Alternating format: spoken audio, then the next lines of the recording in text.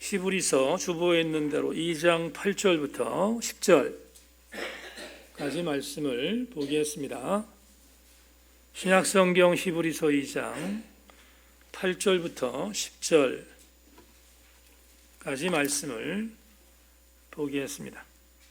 제가 읽습니다.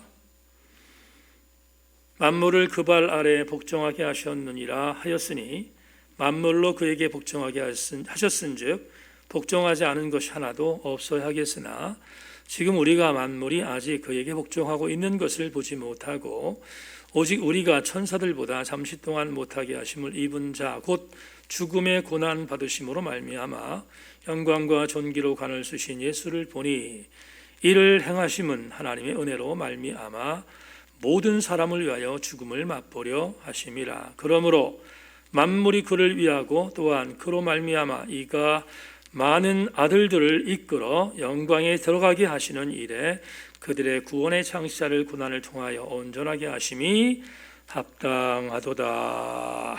아멘.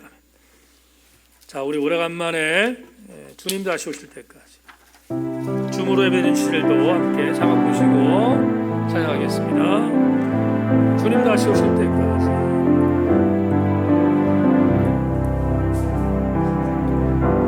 주님 다시 오실 때까지 나는 이 길을 가리라.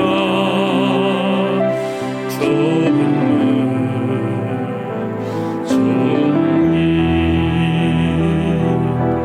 나의 십자가 지고 나의 가는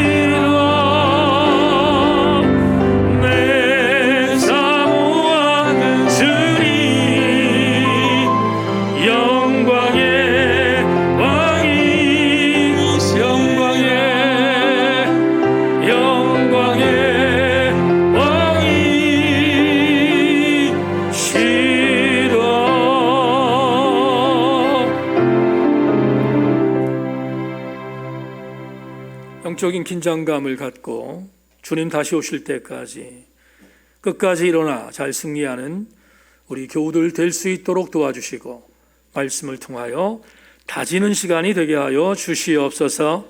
도우실 줄을 의지하며 예수 그리스도 이름으로 기도하옵나이다. 아멘. 말씀에 기대를 거십시다. 한번 인사합시다. 말씀에 기대를 거십시다.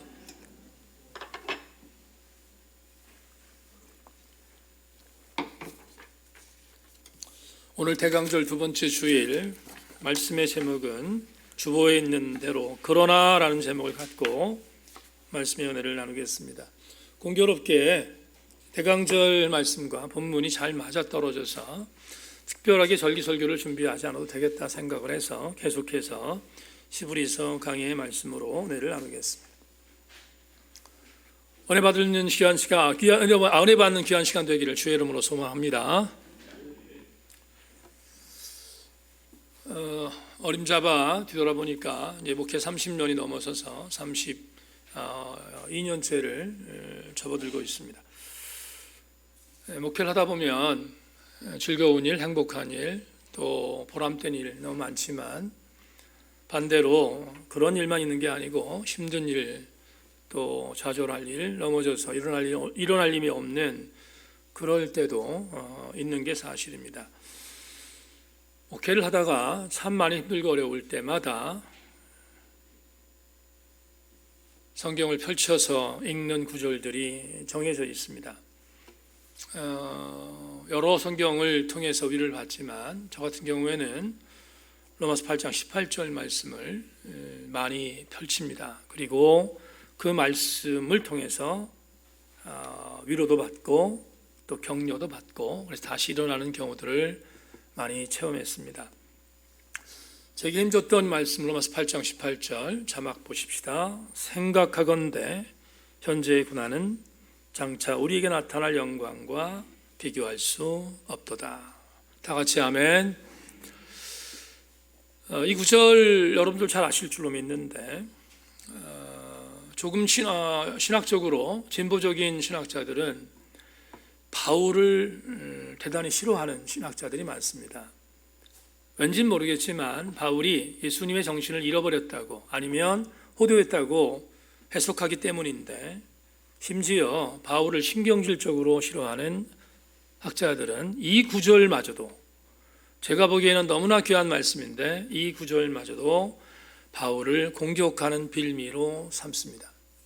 왜 빌미로 삼는가? 이런 이유 때문인데요.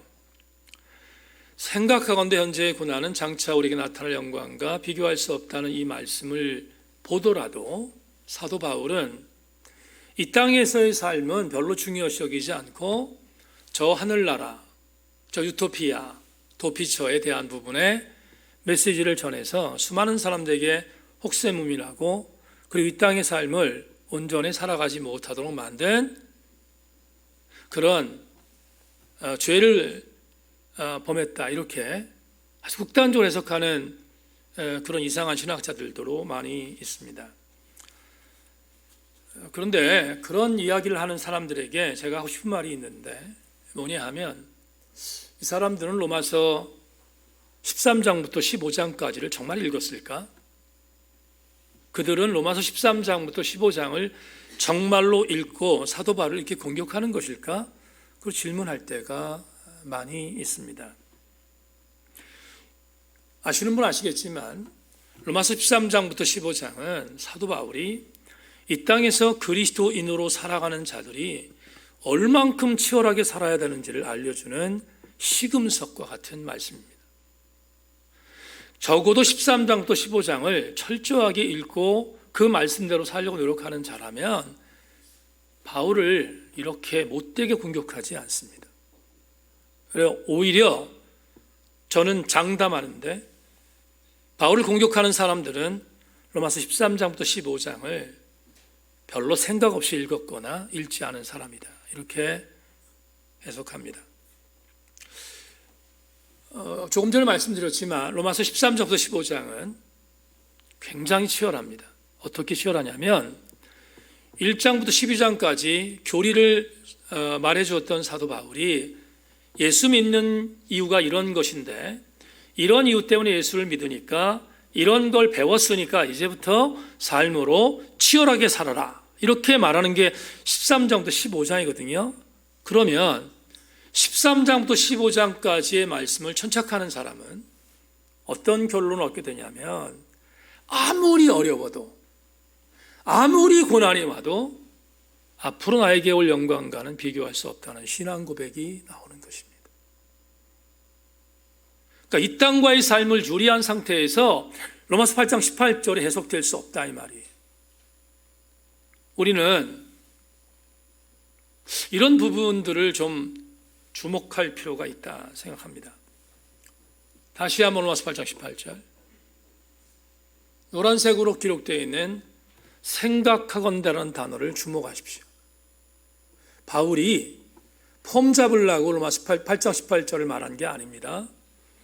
앞에 있는 생각하건대라는 저 단어는 무지무지 중요한 단어입니다. 사도 바울이 현재의 고난은 장차 우리에게 나타날 영광과 좋게 비교할 수 없다는 것은 폼 잡고 말한 게 아니에요. 생각했기 때문에 본인에게 임한 것입니다. 저 단어가 헬라어 단어 로기조마이라는 단어의 번역인데요. 이 로기조마이라는 단어를 여러분들에게 이해하기 쉽게 푼다면, 제가 가끔 계산하는 머리 잘 굴리는 그리스도인들을 부정적으로 말하기 위해서 이런 표현을 쓰잖아요. 주판 안이 있습니다. 주판이 있는데 그 주판 안을 튕기면서 이게 나한테 유익할까? 이게 나에게 불리할까? 계산하는 것. 그때 계산하다는 단어가 로기조마이예요. 오늘은 긍정적으로 말합니다. 사도 바울은 내가 생각을 해보니까, 내가 계산을 해보니까 지금 당하는 고난은 장차 나타날 여러 가지의 영광에 비해서 비교할 수 없을 만큼 초라한 것이다. 이렇게 말한 것은 어마어마한 신앙 고백이다.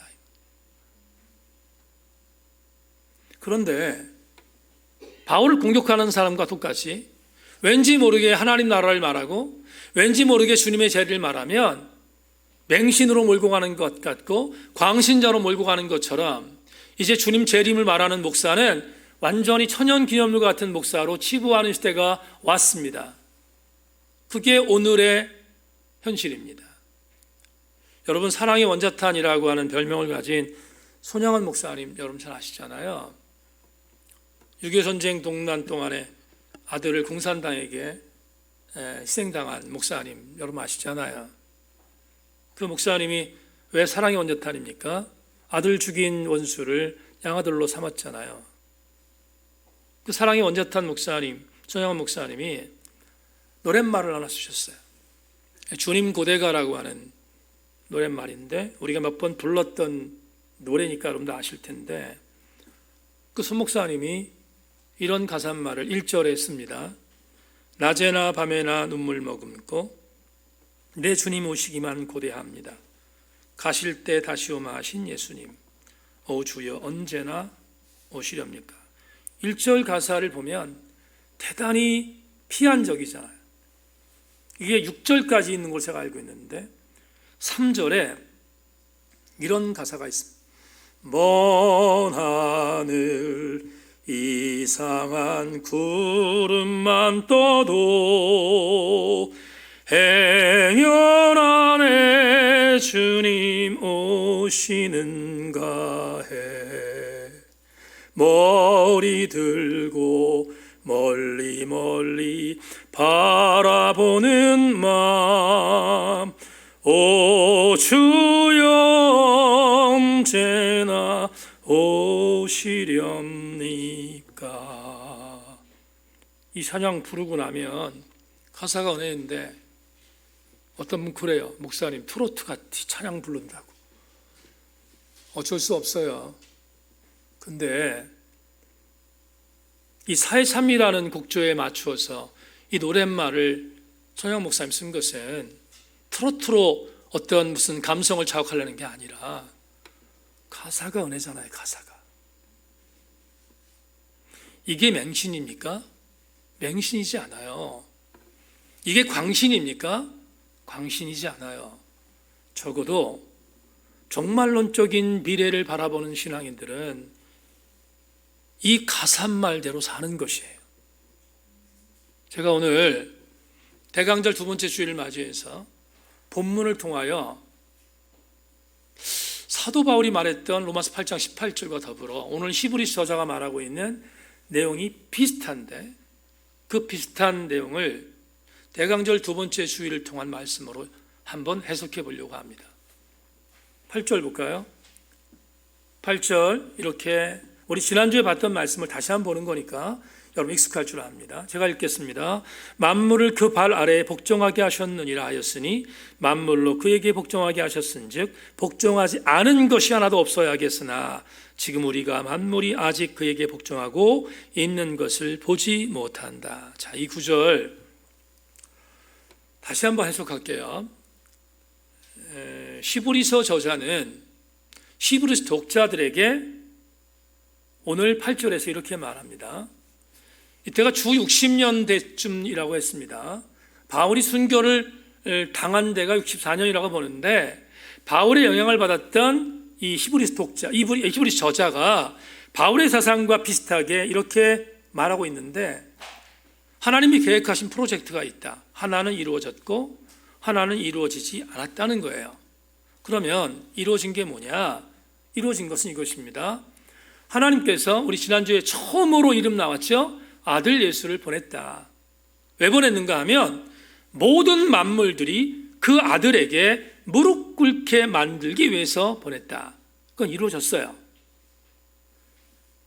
아들 예수가 왔잖아요. 성육신했잖아요. 그래서 인류를 위해서 십자가를 짊어지었거든요. 그러니까 이루어진 사건이야.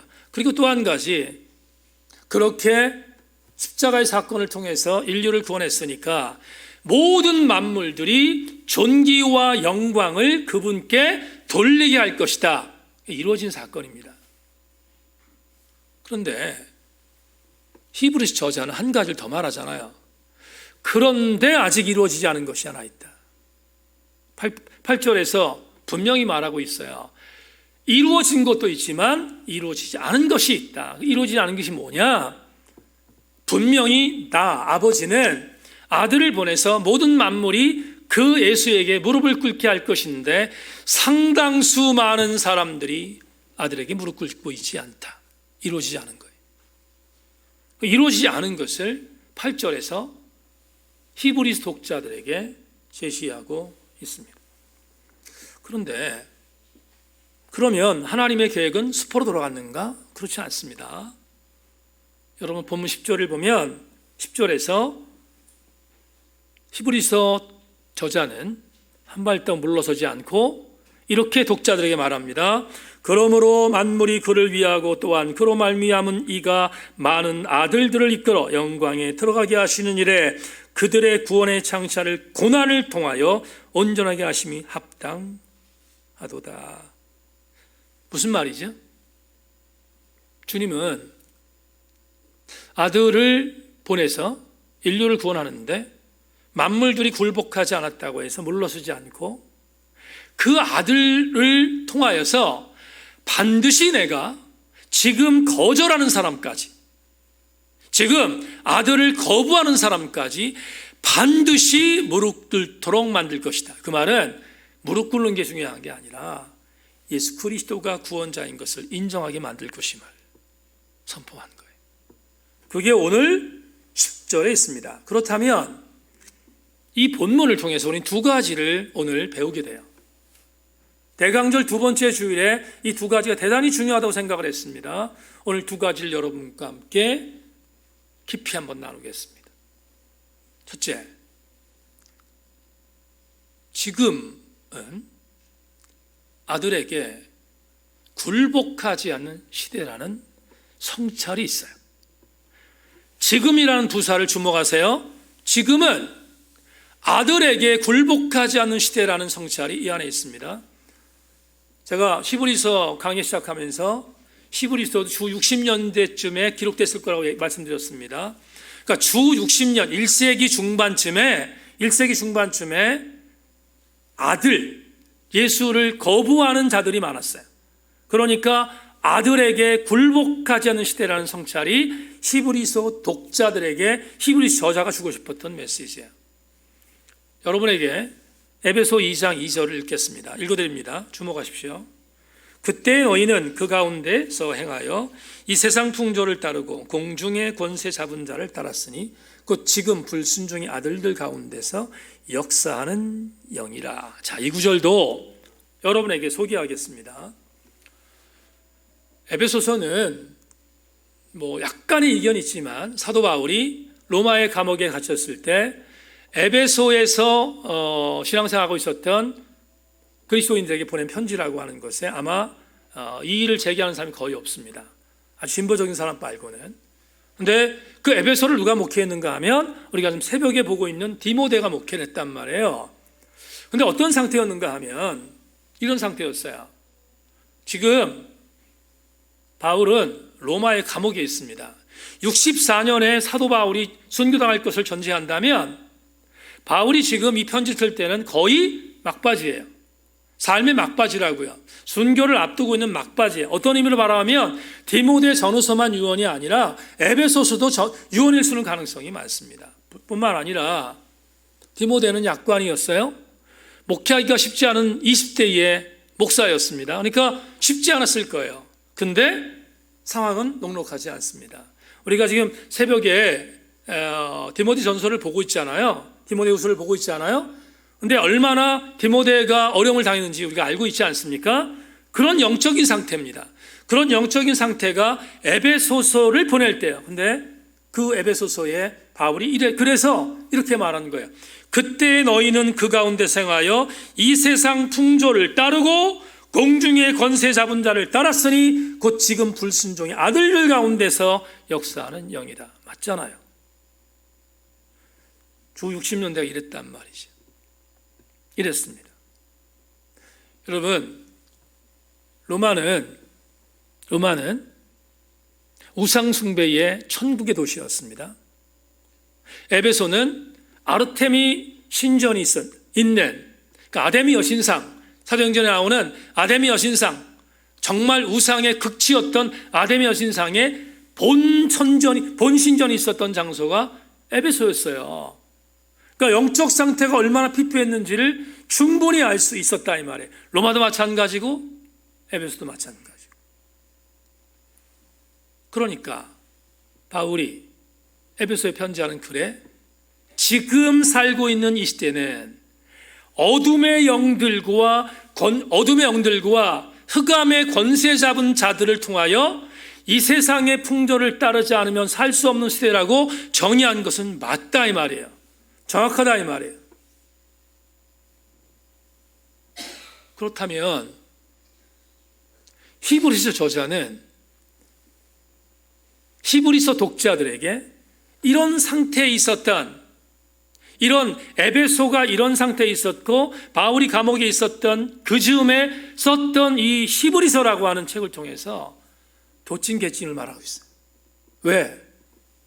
여러분, 히브리서 독자들은 로마에 있었던 유대적인 성향을 갖고 있었던 그리스도인이었단 말이죠. 그러니까 영적으로 무너진 시대에 살고 있는 건 마찬가지였어요. 지금이라고 하는 이 시대는 영적으로 무너져 있는 시대였다. 다시 말하면 오늘 히브리서 저자의 말대로 아들에게 복종하지 않는 시대가 맞습니다. 근데 제가 설교를 준비하다가 여기서만 머물고 싶지 않았어요. 우리는 이 편지를 보고 있는 지금은 2000년이 지났습니다. 거의 2000년이 지난 시대에 우리가 지금 살고 있습니다. 그렇다면 한번 점검해 보죠. 주 60년대 로마, 주 60년대 에베소, 2021년에 대한민국 제천 어떻습니까? 다릅니까? 여러분 달라 보입니까? 그렇지 않습니다. 2000년 전이나 지금이나 50보 100보예요. 영적 상태는 더 나빠졌으면 나빠졌지 좋아지지 않았어요. 그러니까 2021년은 지금이에요. 우리에게 지금이라고. 지금인 우리. 어떤 시대에 살고 있습니까?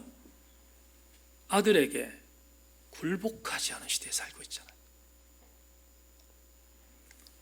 화요일마다 아침에 팀 켈러 목사님이 쓴 하나님의 말을 가지고 함께 나누는 지체들과 공부를 합니다.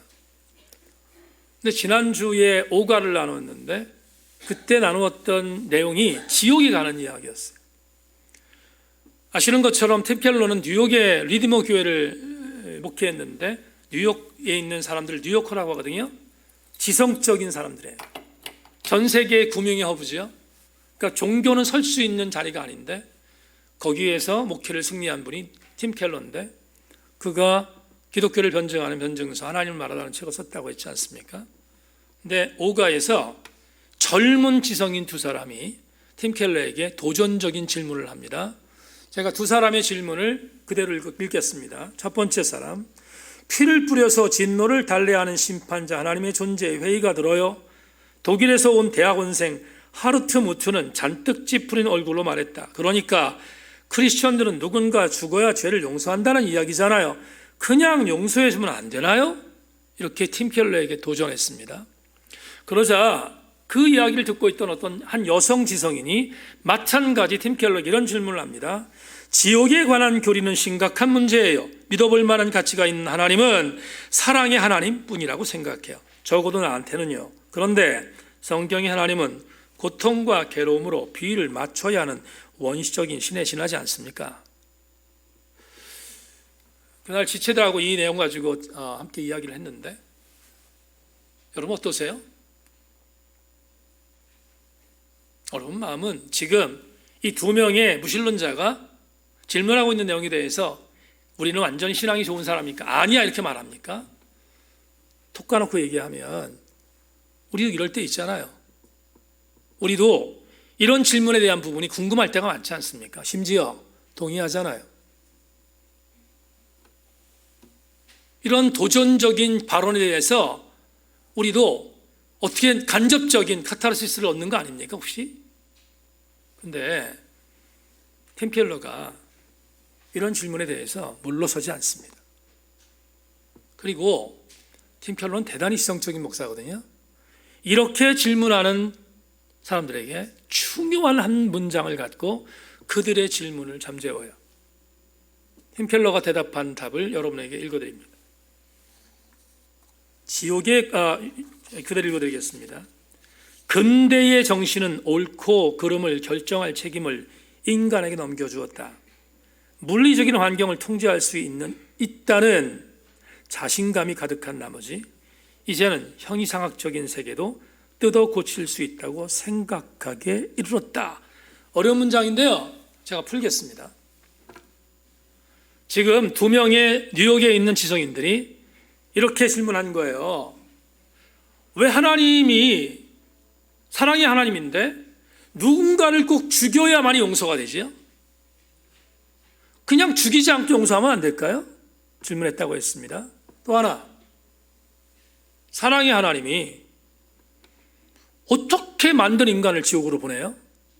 그런 하나님은 어떻게 하나님이라고 생각합니까? 라고 도발했어요. 그럴듯해 보여요. 근데 팀 켈러가 조금 전에 읽어드린 말로 답변했다고 했습니다. 이 말을 제 언어로 풀겠습니다. 여러분, 이 두 명의 지성인들이 못 본 게 있어요. 뭘 못 봤냐? 만약에 이 두 명의 지성인이 하는 말이 정답이라면 한 가지가 전제돼야 한다는 거예요. 팀 켈러의 말이 바로 이것입니다. 뭐냐? 좋다. 니들 말이 맞다 치자.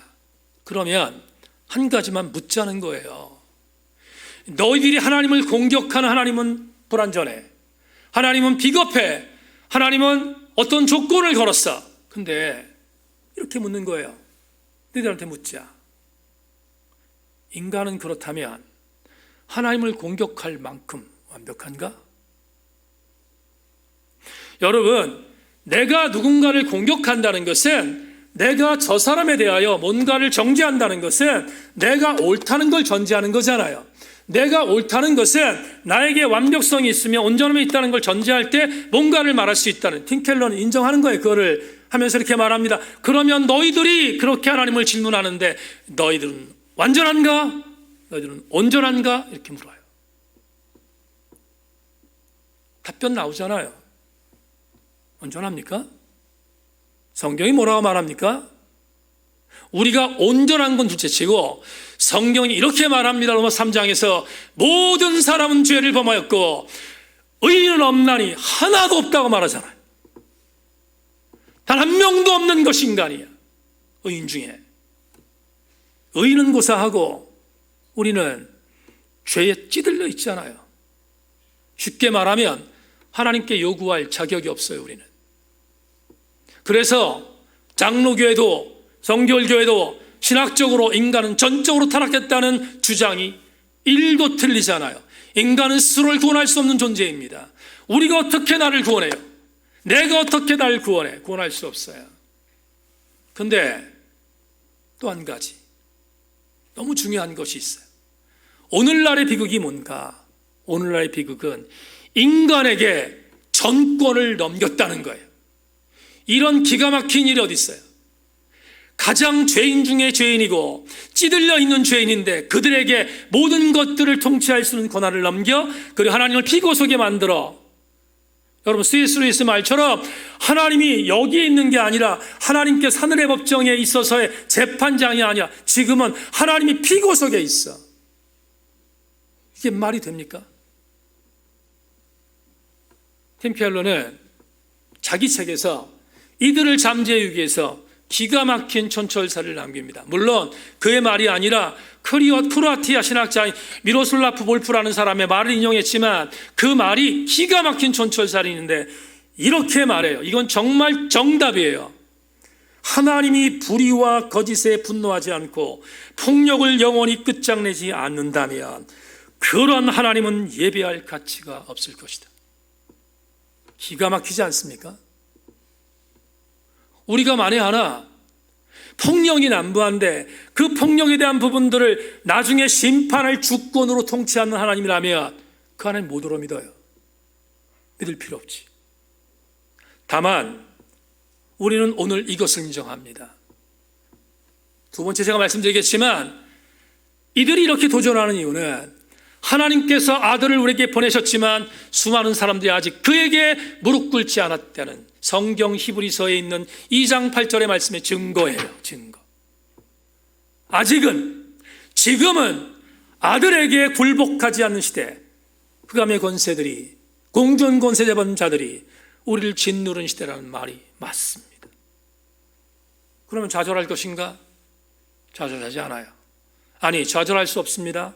왜냐하면 오늘 대강절 두 번째 주일에 주시는 두 번째 은혜가 있기 때문입니다. 그 두 번째 은혜 이것입니다. 자막. 그러나 여러분 주목하세요. 그러나 하나님은 반드시 앞으로 만물로 하여금 아들에게 굴복하게 하실 때가 온다는 은혜가 본문에 있습니다. 그러나 제가 왜 그러나를 노란 걸로 여러분에게 설명드리는가? 8절을 다시 읽겠습니다. 본 8절, 여러분 우리나라 성경에는 한 문장으로 되어 있지만 헬라 원어 성경을 보면 원래 두 문장인데 접속사로 이었어요. 접속사로. 근데 히브리서 2장 8절 이 말씀을 여러분 읽어드리고 이 말씀에 대한 부분 우리가 첫 번째 봤지만 이 말씀을 헬라 원어 성경에 맞게 제일 잘 번역한 게 표준 세번역인데 표준 세번역도 두 번째를 읽겠습니다. 먼저 2장 8절을 개역개정판으로 읽겠습니다. 만물을 그 발 아래에 복종하게 하셨느니라 하였으니 만물로 그에게 복종하게 하셨은즉 복종하지 않은 것이 하나도 없어야 하겠으나 지금 우리가 만물이 아직 그에게 복종하고 있는 것을 보지 못하고 개역개정판 우리가 보고 있는 성경 8절이죠. 근데 이 구절을 표준 세번역 이렇게 번역합니다. 만물을 그의 발 아래에 복종시키셨습니다. 하나님께서 만물을 사람에게 복종시키심으로써 그에게 복종하지 않은 것이라고는 아무것도 없게 하신 것입니다. 그러나 지금 우리가 보기로는 이 구절이 담고 있는 그러나 지금 우리가 보기로는 아직도 만물이 다 그에게 복종하고 있는 것은 아닙니다. 무슨 말이에요? 여러분 그러나는 접속타를 통해서 이 히브리서 저자가 하고 싶은 말이 뭡니까? 좀 어떻게 설명했던 겁니다. 하나님께서 아들을 보냈다. 모든 만물로 하여금 무릎 꿇게 하기 위해서다. 그러나 아직은 아니다. 그러나 아직은 아니야. 무릎 꿇고 있지 않아. 그럼 여기서 끝나는가? 그럴 리가 있습니까? 8절에 있는 이 본문은 이걸 담보하는 거예요. 오늘 설교의 제목에 접속사 다시 한번 쓰겠습니다. 근원합니다. 제 이 단어를 왜 쓰는지를 설명하겠습니다. 정반합이라는 법칙이 있죠. 해겔의 변증법인데 정반합이 있는데 정을 먼저 말씀드립니다. 정이 뭘까? 하나님께서 만물이 아들에게 복종할 권세, 정이에요. 그걸 주께서 이루셨어요.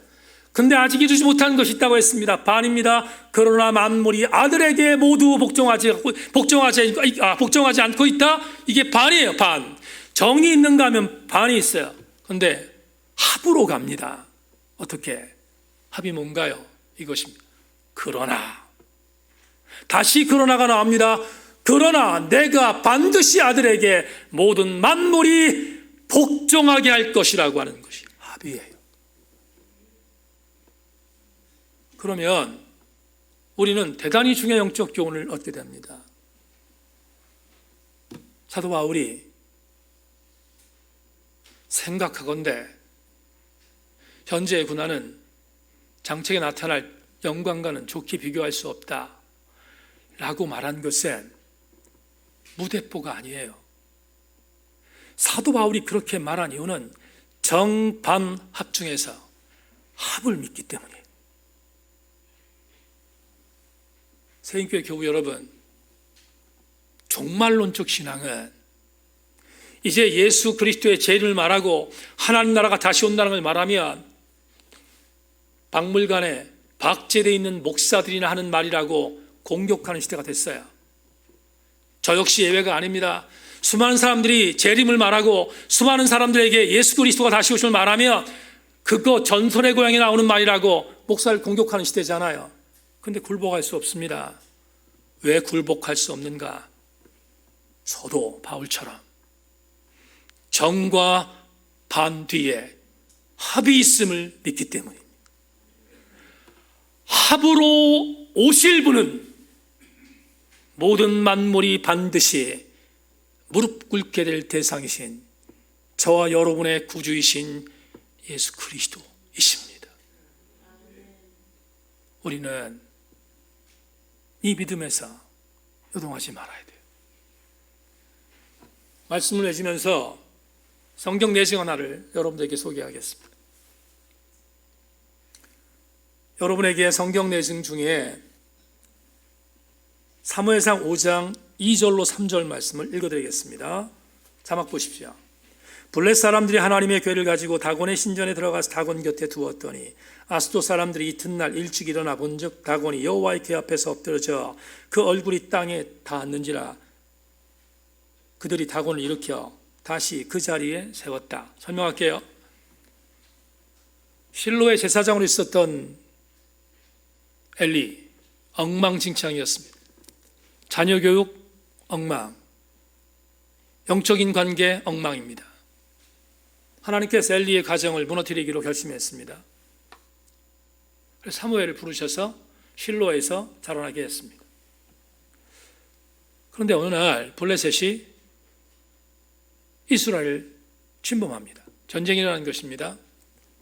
그러자 당시에는 정교일체였으니까 실로에서 거하던 엘리가 그의 아들들 홈니와 비느하스를 총사령관을 임명해서 전투에 내보냅니다. 그들은 기고만장했습니다. 하나님의 군대인데 어디 할례받지 못한 블레셋이 우리를 침범해 그 전쟁에 나갔습니다. 이길 줄 알았는데 대패했습니다. 너무 겁났습니다. 홈니와 비느하스는 제사장이었는데 성전에서 엉망진창으로 살았습니다. 착복하고 도적질하고 그리고 성전에서 수종 들고 있었던 여인들을 겁탈하고 정말 말도 안 되는 짓거리들 하고 살았던 자들이 그의 아들 홈니와 비느하스입니다. 엘리가 자식들의 자녀를 완전히 망친 것입니다. 하나님이 분노하실 수밖에 없습니다. 근데 이들은 들었던 풍월이 있습니다. 이전에 여호수아 군대가 그랬던 것처럼 하나님의 법궤를 앞세우면 이긴다고 그들은 들은 풍월로 알았습니다. 법궤를 가지고 나가지 않아서 우리가 졌구나. 그래서 하나님 법궤를 앞세웁니다.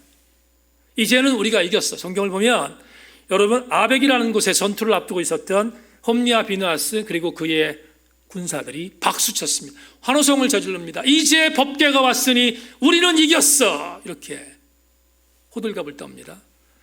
대패합니다. 그리고 그 전쟁에서 홈리도 사망, 비느하스도 사망합니다. 아들들이 죽었다는 이야기를 들었던 실로는 놀랐습니다.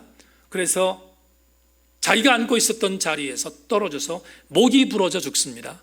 완전히 엘리 가문의 완전히 멸문지화가 이루어진 것입니다. 그리고 둘째 아들이었던, 둘째인지 첫째인지 모르겠지만 하여튼 둘째를 봅시다. 비느하스의 아내가 임신하고 있었는데 자기 남편이 죽고 시아버지가 죽었다는 얘기를 듣고 급하게 출산합니다. 아이를 낳습니다. 그런데 난 아이의 이름을 이가봇이라 지었다. 이가봇, 하나님의 영광이 떠났다는 뜻이에요. 더 이상 유다에, 이스라엘에 하나님 존재하지 않아요. 여기서 끝났나? 여러분, 사무엘상의 역사가는 그 다음을 말합니다. 블레셋이 법궤를 빼앗아요. 전투에서 이겼으니까 법궤를 빼앗았습니다. 법궤 빼앗은 블레셋은 기고만장합니다. 우리가 이겼다는 것입니다. 이제 이 법궤까지 빼앗았으니까 그 법궤를 자기들의 블레셋에 있었던 자기들의 신전으로 가져갑니다. 신전으로 가져가서 신전의 곁에 두었다. 성경 조금 전에 읽어드렸죠. 사무엘상 5장 2절로 3절에 여호와의 궤를 다곤 옆에 두었다 이렇게 말했어요. 옆에라고 해석되어 있는 히브리어 에제르는 옆에라는 단어가 맞아요. 맞는데 우리는 추측할 수 있어요. 옆이 아니에요. 뭡니까? 기고만장했던 블레셋 군대는 우리가 힘으로 뺏은 이 나약한 하나님의 신, 하나님이라는 신, 이 산에 신이 들어있는 법궤, 이걸 여러분 다곤에게 무릎 꿇게 될 거 아니에요. 에제르라는 단어를 저는 옆으로 해석하지 않아요. 밑으로라고 해석하지. 다곤 신상의 발 밑에 법궤를 두었어요. 그들은 기고만장했습니다. 노래했습니다. 이겼다고. 아침이 됐습니다. 깜짝 놀랄 만한 일이 벌어졌습니다. 다곤 신의 머리가 분질러져서 앞으로 떨어졌습니다. 얼마나 놀랐겠어요? 다곤 신의 머리가 반토막이 났으니, 그리고 떨어졌으니. 우연의 일치인가?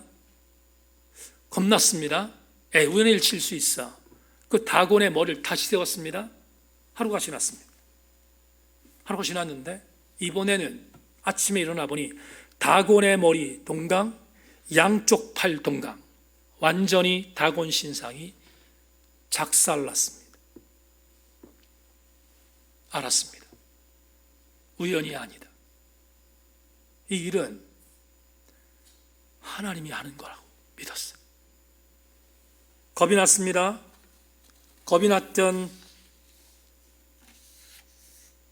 블레셋 사람들이 이 법궤를 안 되겠다, 우리가 여기다 놔두면 그러면 큰일이 벌어져, 그런 생각을 갖고 다곤 신상이 있었던 아스돗에서 옆에 있는 블레셋의 또 다른 도시였던 가드로 옮깁니다.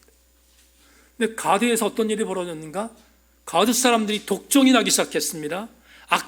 악한 종기들이 나기 시작했습니다. 가드 사람들이 무슨 죄를 졌습니까? 가드 사람들 겁났습니다. 왜 이 법궤를 우리에게 보내서 우리 가드 사람들이 고통을 당하게 하는가? 당장 이 가드를 옮기자, 그런 생각을 갖고 가드에 있었던 이 법궤를 에그론 쪽으로 옮기게 됩니다. 에그론 사람 난리 났습니다. 자기들이 실어서 보낸 법궤 보니까 이제 에그론의 독종이 생기기 시작했습니다. 에그론 사람들이 내전을 방불할 정도로 반항합니다. 우리 에그론에 절대로 이 법궤를 둘 수 없어. 그리고 막 항의합니다. 심지어 내전이 벌어질 정도로 항의합니다. 그러자 다급했던 블레셋이 결의합니다. 어떻게 할까? 그 결의가 사무엘상 6장 1절 2절에 있습니다. 자막 보십시오. 여호와의 궤가 블레셋 사람들의 지방에 있은 지 7째 달이라 블레셋 사람들이 제사장들과 복술자를 불러서 이르되 우리가 여호와의 궤를 어떻게 할까? 그것을 어떻게 그 있던 곳으로 보낼 것인지 우리에게 가르치라. 이 구절을 설교 원고에 집어넣다가 뭉클했습니다. 설교자만이 갖고 있는 감동인지 모르겠지만 저 노란 글씨 때문에 뭉클했습니다. 여러분, 블레셋 사람들이 승승장구하여 기고만장했는데 결론이 뭡니까? 이제는 겁에 들기 시작했습니다. 그리고 그들의 소원은 이 법궤가 원래 있었던 장소로 보내지는 것이 그들의 마지막 소원이었어요. 여러분에게 다 말씀드리지 않았지만 우리는 알잖아요. 결국은 사람이 옮길 수 없어서 벳세메스로, 이스라엘 땅 벳세메스로 여러분 소가 옮기잖아요. 그리고 7달 동안 블레셋에 방치했던 하나님의 법궤는 하나님의 일하심으로 당신의 땅으로 돌아옵니다. 뭘 말씀드릴까요? 이 구조를 통해서 우리가 얻는 감동이 뭡니까? 이것입니다. 하나님은 지지 않습니다. 하나님은 결코 지지 않아요. 하나님은 당신의 계획을 이루시기 위하여 반드시 이기십니다. 그리고 당신의 자리로 돌아오십니다. 지금은 수많은 사람들이 예수 그리스도를 거부해도 히브리서 저자는 우리에게 말합니다. 반드시 하나님의 아들 예수 그리스도에게 무릎 꿇는 그때가 오게 만들 것이다. 말씀 맺겠습니다. 라틴어 수업이라는 책을 쓴 한동일 교수가 두 번째 책 믿는 인간에 대하여라는 책을 써서 제가 우리 홈페이지에 서평을 올려놨습니다. 굉장히 많은 은혜를 받았는데 그분이 신부님이기도 하기 때문에 그분이 했던 한 구절을 여러분들이 읽어드리겠습니다. 라틴어 교수이기 때문에 저는 라틴어 잘 모르지만 영어의 내용으로 읽어보겠습니다. 그분이 이런 말합니다. Deus non indigit nostri, sed nos indigemus Dei. 번역하면 이런 뜻입니다. 신이 우리를 필요로 하는 것이 아니라 우리가 신을 필요로 한다. 맞지 않습니까? 여러분, 이사야 66장에서 이사야가 이런 말을 합니다. 여호와께서 이와 같이 말씀하시되 하늘은 나의 보좌요 땅은 나의 발판이니 너희가 나를 위하여 무슨 집을 지으랴? 내가 안식할 처소가 어디랴? 나 여호와가 말하노라. 내 손이 이 모든 것을 지었으므로 그들이 생겼느니라. 착각하면 안 돼요. 뭘? 하나님은 필요한 것이 없어요. 하나님은 전부를 다 갖고 계신 분이에요. 그런데도 불구하고 우리가 구원받을 수 있는 유일한 방법이 아들을 보내는 것이었기에 아들을 보낸 것이 아닙니까? 착각하면 안 돼요. 하나님이 뭔가 캥겨서 아들을 보냈다? 아닙니다. 한동 교수의 말대로 우리가 하나님이 필요하지 하나님이 우리를 필요한 게 아니에요. 그렇다면 우리는 이런 은혜를 얻어야 됩니다. 사랑하는 교회 여러분, 대강절이 뭡니까?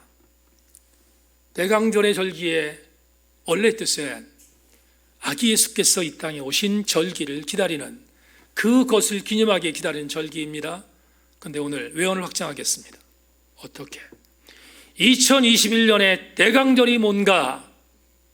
2021년의 대강절은 아직도 아들에게 무릎 꿇지 않은 시대를 살고 있지만, 설교 제목, 그러나 하나님께서 아들에게 모든 만물이 반드시 무릎 꿇도록 만드는 그날 다시 오실 예수 그리스도를 기다리는 절기가 2021년의 대강절인 것입니다. 우리가 오늘 찬송을 불렀지 않습니까? 주님 다시 오실 때까지. 폼 잡기 위해서 부른 거 아닙니다. 여러분, 주님은 다시 오실 것입니다. 오셔서 우리에게 영광을 받으실 것입니다. 히브리서 저자가 말한 그대로 모든 만물이 무릎 꿇는 그날을 이루실 것입니다. 우리 함께 대강절이 이런 은혜의 날이 되기를 주의 이름으로 축원합니다. 하나님 감사합니다. 오늘 말씀을 나누었습니다. 말씀 속에 역사하시는 주님을 기대하고 대강절 두 번째 주일의 은혜를 나누었습니다. 하나님, 주님 다시 오심을 기다리며 우리 모든 교우들마다 그러나 반드시 역전시키셔서 승리하게 하실 예수 그리스도를 기대하며 바라보게 하여 주시옵소서. 도우실 주님을 의지하며 예수 그리스도의 이름으로 기도 올리옵나이다. 다시 한번 주님